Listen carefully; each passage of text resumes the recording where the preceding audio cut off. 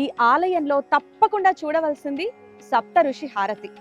ఈ హారతి సమయంలో ఆలయ ప్రాంగణం అంతా కూడా భక్తుల శివనామ స్మరణతో మార్మోగిపోతుంది. ఓం నమ శివాయ, కాశీ విశ్వనాథ.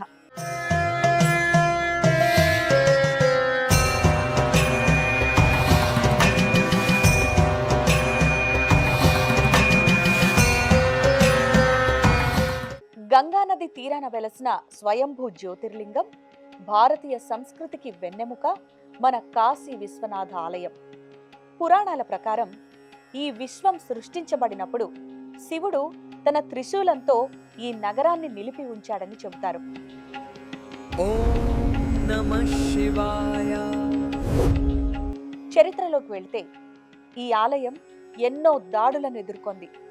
మొఘల్ చక్రవర్తుల కాలంలో ధ్వంసం చేయబడినప్పటికీ ప్రతిసారి మరింత తేజస్సుతో పునర్నిర్మించబడింది. ప్రస్తుత ఆలయాన్ని 1780లో ఇండోర్ రాణి అహల్యాబాయి హోల్కర్ నిర్మించగా, పంజాబ్ కేసరి మహారాజా రంజిత్ సింగ్ ఆలయ శిఖరానికి టన్నుల కొద్ది బంగారాన్ని కానుకగా ఇచ్చారు.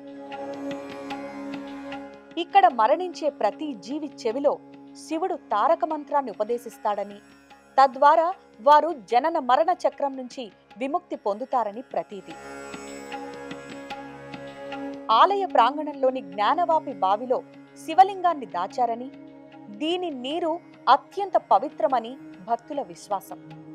ఇటీవల నిర్మించిన కాశీ విశ్వనాథ్ కారిడార్ గంగా నదిని నేరుగా గర్భాలయంతో అనుసంధానిస్తూ భక్తులకు ఒక అద్భుతమైన ఆధ్యాత్మిక అనుభూతిని అందిస్తోంది.